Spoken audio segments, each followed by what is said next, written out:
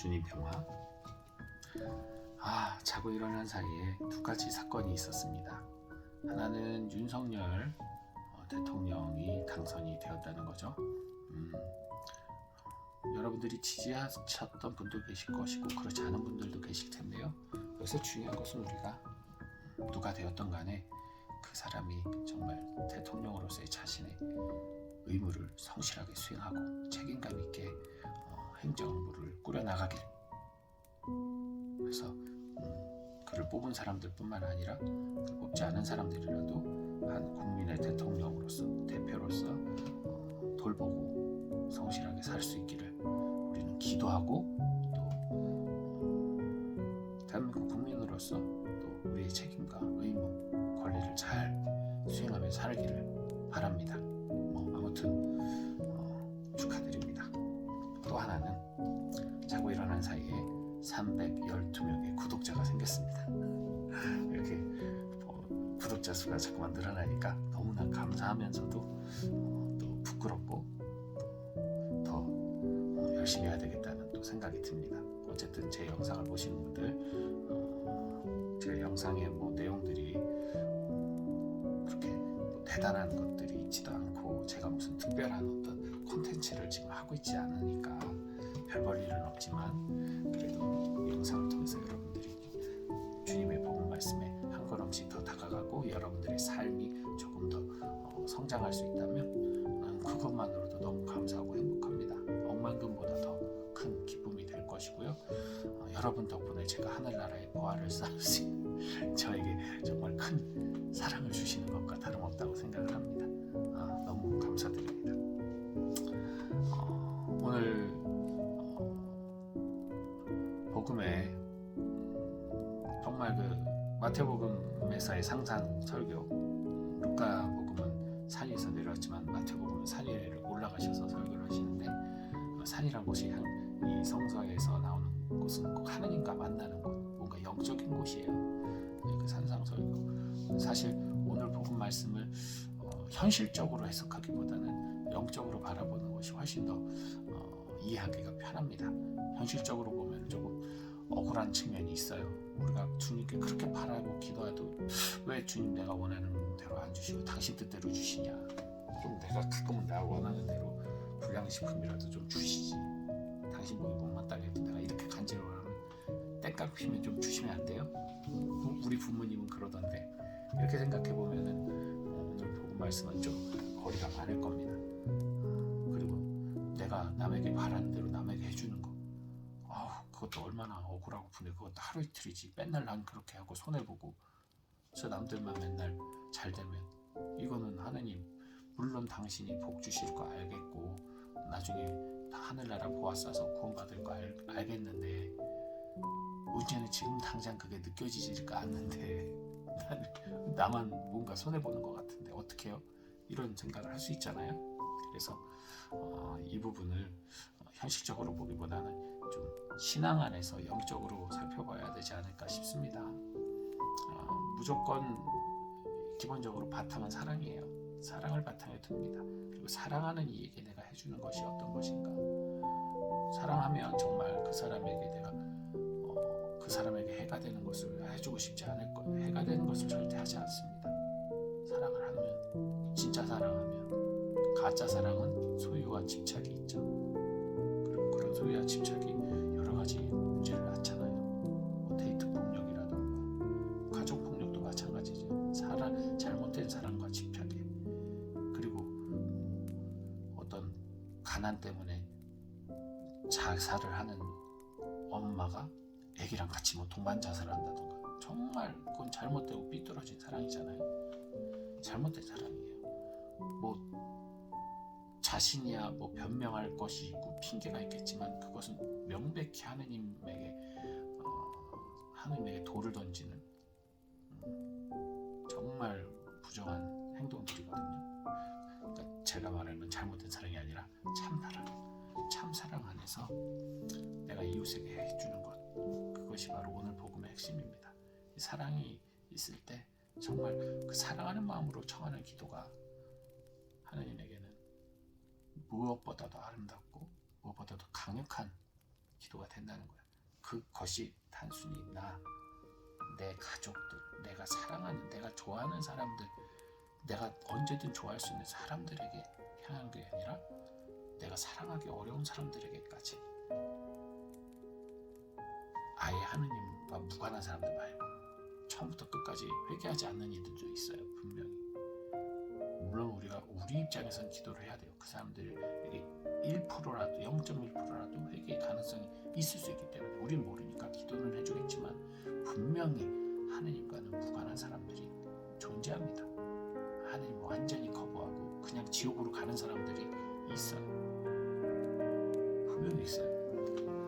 그렇기 때문에 그런 사람들은 제외하고 우리 서로 사랑하는 이 신앙인들, 그리스도인들 혹은 그리스도인으로서 살아갈 수 있는 준비가 되어 있으나 아직은 모르는 그런 이들에게 우리가 사랑을 베풀 때 그 베풀음에 있어서 그들이 원하는 것이 무엇인지, 그리고 그것이 정말 그들의 회개와 구원에 도움이 되는지를 늘 성찰하면서 내어주는, 왜 나 맨날 내어줘야 된다, 나한테 아무도 안 그랬는데 해요. 저는 여러분들은 뭐 느끼지 못하시겠지만 저는 끊임없이 주님을 믿고 사랑하는 이들에게 주님께서 축복해 주시기를, 당신의 사랑, 당신의 마음, 당신의 뜻으로 그들에게 정말 구원이 이룰 수 있는 그런 내적 평화와 행복을 주시기를 저는 끊임없이 기도합니다.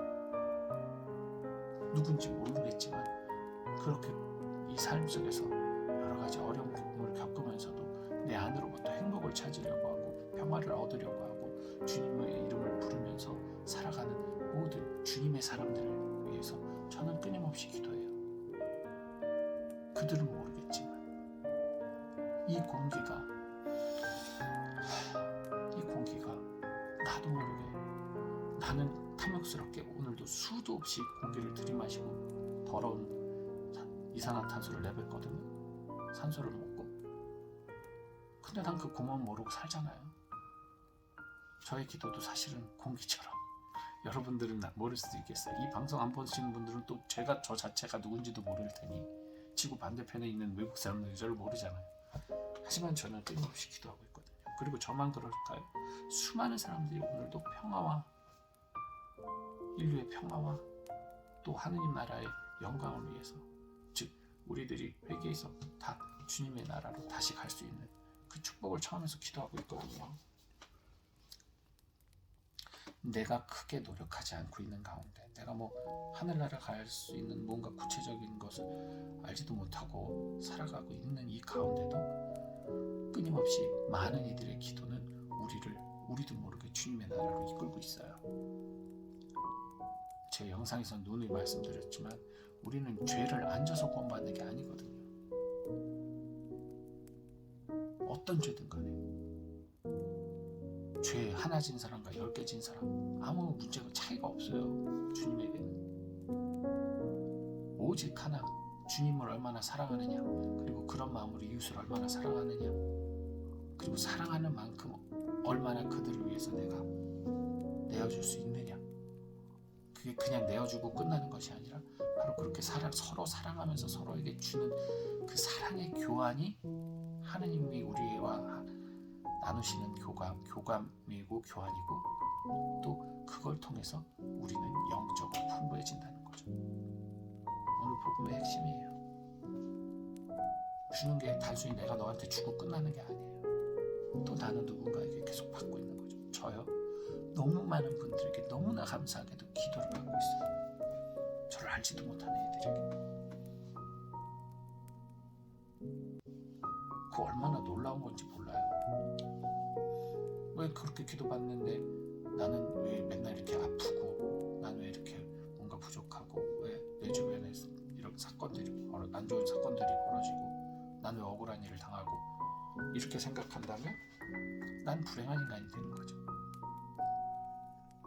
마치 부잣집 도련님이 혼자 막 아무 걱정도 없어야 될 도련님이 혼자 방황하고 고민하다가 자살하는, 행복을 못 찾다가 자살하는, 그것과 똑같은 거죠.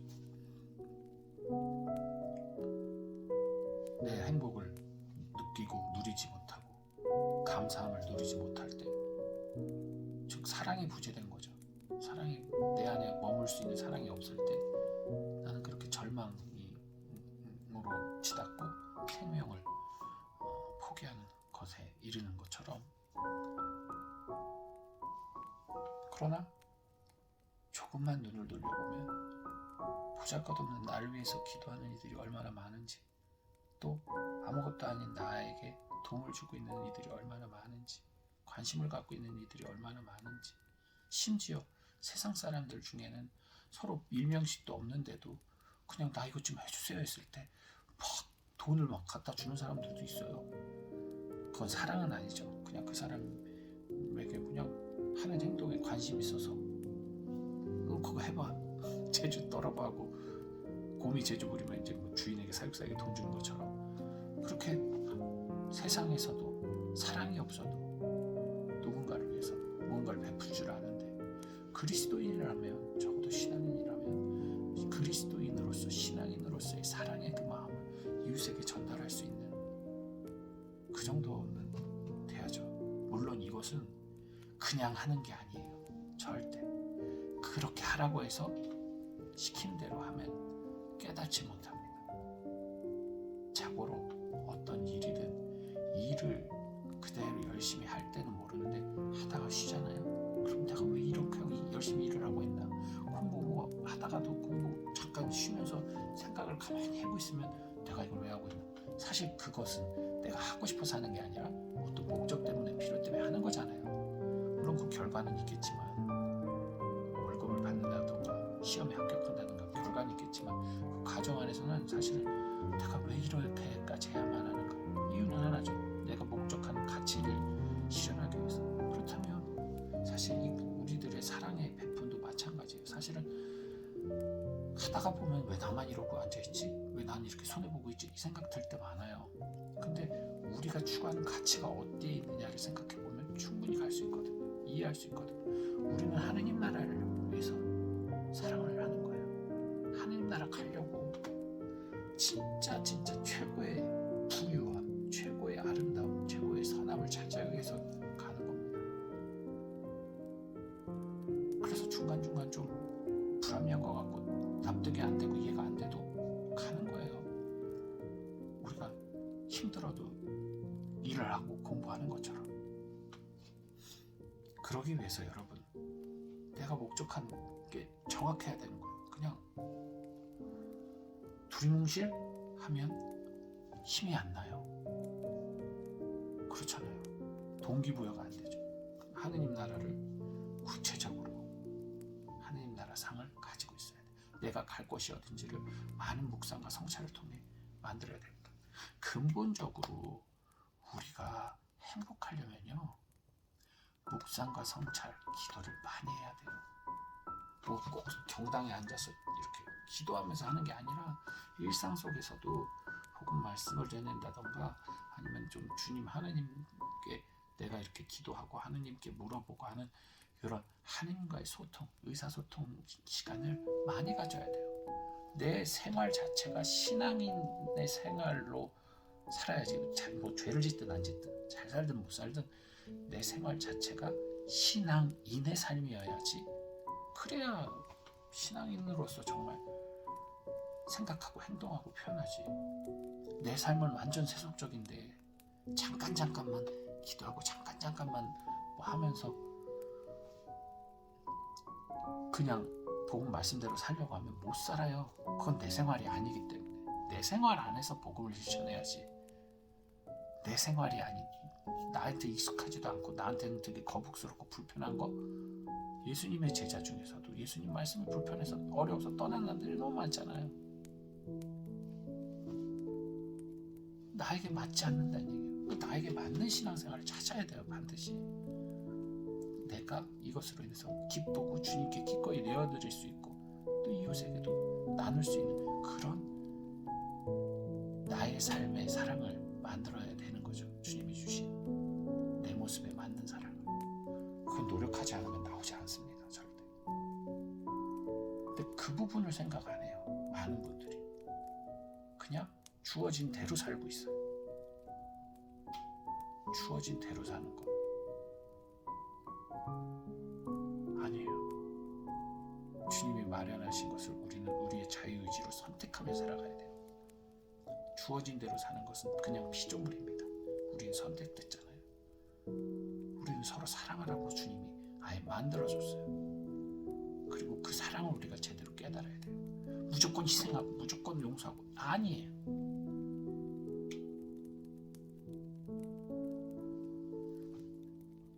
정말 수도 없이 강론, 강의 때 얘기를 합니다. 어떻게 사랑해야 될지 많은 신부님들, 많은 선교사들, 많은 교사들이 얘기를 해요.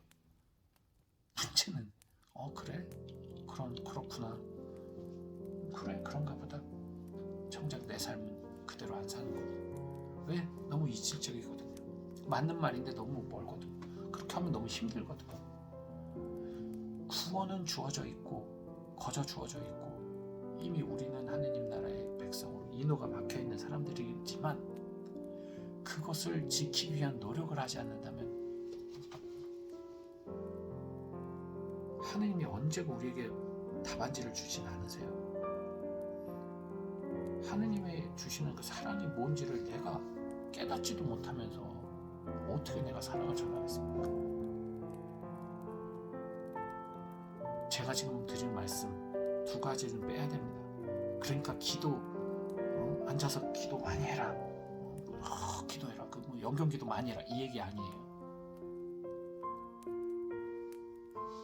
그리고 그러니까 죄 짓지 마라, 이 얘기도 아니에요. 그러니까 무조건 착하게 살고 다 용서하고 참아주고 그러라, 이 얘기 아니에요. 이런 거 하려면 기본적으로 내 마음 안에 사랑이 있어야 된다, 기쁨이 있어야 된다. 그거 존재하지 않으면 이 세계는 다 위선적인 행동들이 되는 겁니다. 우선 하느님의 사랑을 깊게 체험하는 것부터 시작하세요. 탐욕스럽게 이 세상의 어떤 물질적 만족 이런 게 아니라 하느님이 왜 나를 사랑하시는가, 왜 나를 구원하신다고 하는가, 왜 나를 천국으로 이끄신다고 하는가, 이것부터 시작하셔야 돼요. 왜 나를 굳이? 이것도 부르심이거든요.